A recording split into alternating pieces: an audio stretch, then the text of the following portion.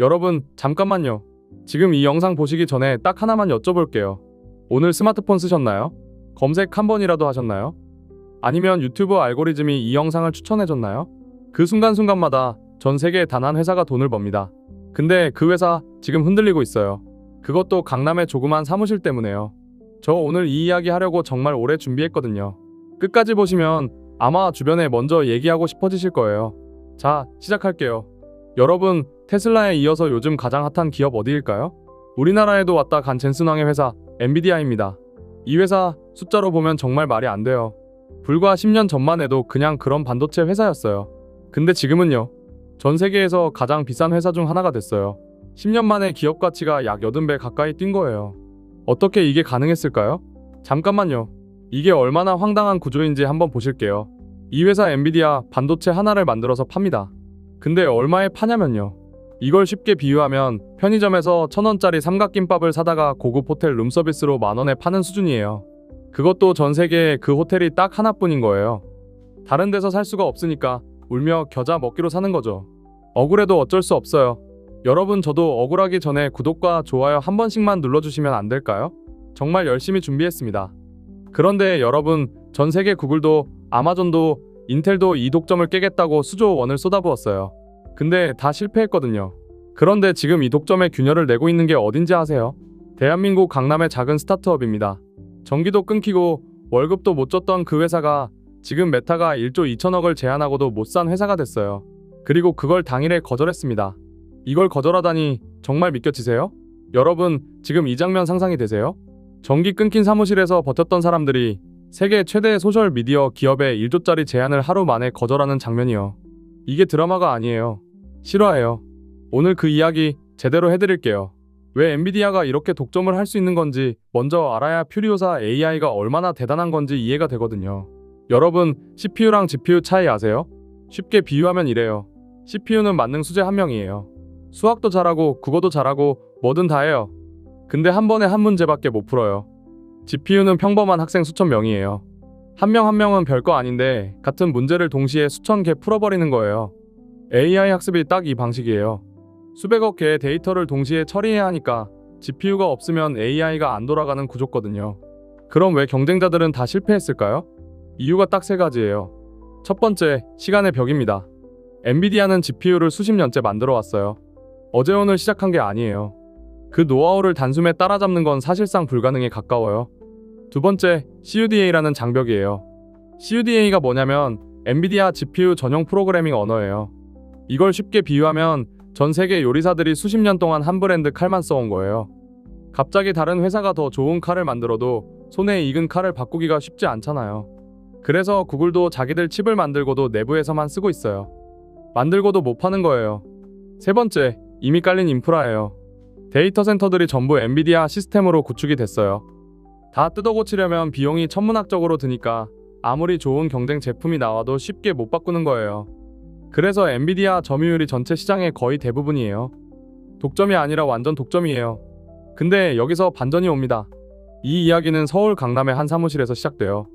어느 날 직원들이 출근했는데 전기가 끊겨 있었어요. 냉난방도 안 되고 컴퓨터도 안 켜지는 거예요. 월급은 이미 몇 달째 못 받고 있었고요. 그 자리에서 백준호 대표가 직원들한테 이렇게 말했다고 해요. 1년만 해보자. 안 되면 그때 헤어지자. 서울대 전기공학, 미국 명문대 석사, 글로벌 반도체 기업에서 GPU를 직접 설계하고 삼성전자까지 나온 사람이 전기 끊긴 사무실에서 절박하게 했던 말이에요. 혹시 여러분이라면 어떻게 하셨을 것 같으세요? 저라면 솔직히 짐 쌌을 것 같거든요. 근데 이 사람들은 안 그랬어요. 그리고 그 판단이 오늘의 이야기를 만들었죠. 자, 여기서 오늘 핵심 뉴스를 다뤄볼게요. 백준호 대표가 찾아낸 돌파구가 뭔지 아세요? 엔비디아한테 정면으로 붙지 말자. 그들이 놓친 시장을 가져가자. AI 반도체 시장에는 크게 두 가지 영역이 있어요. 학습이랑 추론이에요. 이걸 쉽게 비유하면요. 학습은 운동선수가 몇 달간 훈련하는 과정이에요. 엄청난 에너지를 쏟아서 실력을 키우는 거예요. 추론은 실제 경기장에서 뛰는 것이에요. 이미 실력 있는 선수가 순간순간 빠르게 판단하고 움직이는 거예요. 우리가 챗GPT한테 질문하면 답이 나오잖아요. 그 순간이 바로 추론이에요. 그리고 우리가 매일 쓰는 AI 서비스 거의 전부가 이 추론 영역이에요. 그런데 엔비디아 GPU는 학습에 최적화돼 있어요. 추론할 때는 성능의 상당 부분이 그냥 낭비되는 구조거든요. 전력 문제도 심각해요. 엔비디아 칩 하나가 얼마나 전기를 먹냐면 데이터 센터에 이걸 잔뜩 꽂아 놓으면 전기요금이 전체 운영비의 절반을 차지해요. 퓨리오사 AI의 칩은요? 같은 전력으로 엔비디아 GPU보다 훨씬 더 많은 작업을 처리할 수 있어요. 그것도 LG AI 연구원이 직접 테스트해서 공식으로 검증했어요.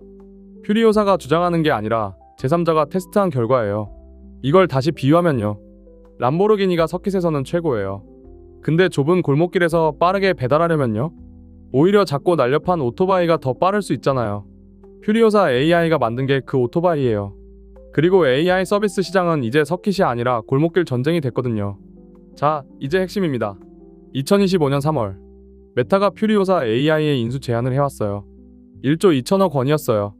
여러분이 창업자라면 어떻게 하시겠어요? 전기 끊겼던 그 사무실 생각하면서요. 직원들한테 우리 팔렸어요. 다들 보상받으세요 하면 되는 거잖아요. 백준호 대표는 당일에 거절했어요. 왜냐고요? 메타가 이 회사를 인수하면 퓨리오사 AI의 기술이 메타 내부용으로만 쓰이는 거예요. 구글이 자기들 칩 만들고 자기들만 쓰는 것처럼요. 백준호 대표는 그게 싫었던 거예요. 우리 기술로 전 세계 기업들한테 직접 팔겠다. 그리고 그 판단이 맞았다는 걸 시장이 금방 증명해줬어요. 불과 몇 달 만에 대규모 투자를 유치했고 기업 가치가 껑충 뛰었어요. 인수 제안을 거절했을 때보다 기업 가치가 2배 이상 올라간 거예요. 그리고 여기 또 하나의 반전이 있어요. 세계 최고 반도체 위탁 생산 업체인 TSMC가 이 한국 스타트업한테 최첨단 공정을 내줬어요.